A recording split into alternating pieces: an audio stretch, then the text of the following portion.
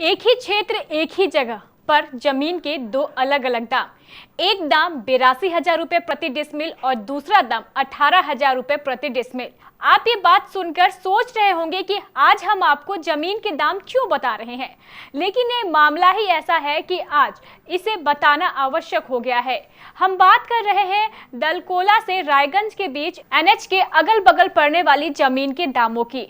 दरअसल मामला ये है कि रायगंज के दलकोला के बीच एनएच की नई सड़क का निर्माण हो रहा है। इस सड़क के दोनों ओर पड़ने वाली जमीन की खास बात यह है कि इस सड़क के दोनों ओर कहीं बिहार है तो कहीं बंगाल। अब मामला समझिए, इस एनएच सड़क के बिहार और बंगाल दोनों की सरकार को जमीन का अधिग्रहण कर एनएच के निर्माण कार्य में देना है।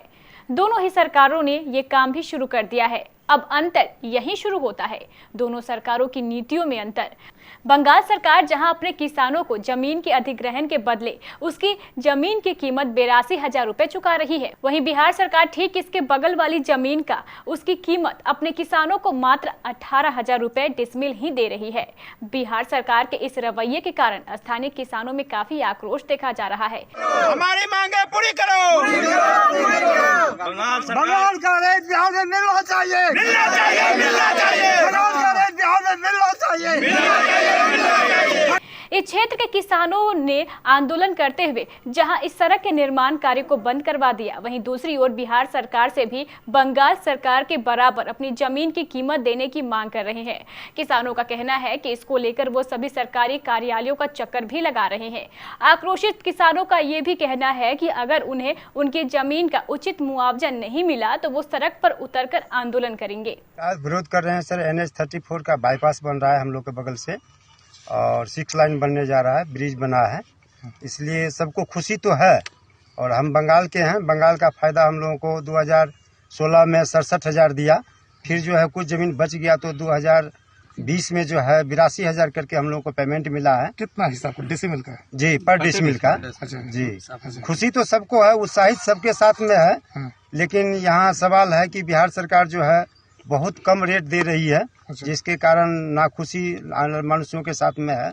मतलब सटा हुआ जमीन है? जी एकदम सर, एक ही आल में है सर, एक ही बॉर्डर का जमीन है और एक ही रेंज का जमीन है। बिहार सरकार कितना दे रहा है? 18,000 कह रही है सर। हम लोगों को कहीं अफसोस भी है। अफसोस इस बात की है कि जब बंगाल सरकार जो जमीन अधिग्रहण करी तो उनको 82,000 रुपया पर डिसमिल के हिसाब से रेट दिया गया, और यहीं पे हमारी जो बिहार सरकार जो है ये 18,000 रुपया तय करी। तो इसको लेकर के हम सभी किसान को नाराजगी है कि जब बंगाल की सरकार 82,000 रुपया दे रही है तो हमको भी 82,000 रुपया मिलना चाहिए। ऐसे कितने किसान हैं? ऐसे हमारे यहाँ पे करीब 9 से 10 किसान हैं जिनको ये लाभ मिलना चाहिए।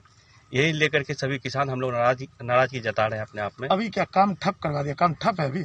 जी, अभी काम फिलहाल रुका हुआ है। जो अनुमंडल SDO कटिहार के द्वारा नोटिस दिया गया था, तो उस नोटिस पर अभी भी किसी प्रकार का कोई सुनवाई नहीं हुई है।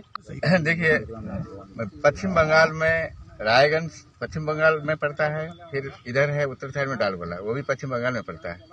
और हम लोग बिहार वासी का जमीन रायगंज और डालकोला के बीच में 10-12 खेसरा वो अंदर आ जाता है, क्योंकि ये बिल्कुल करंदी के शहर से सटा हुआ ये है।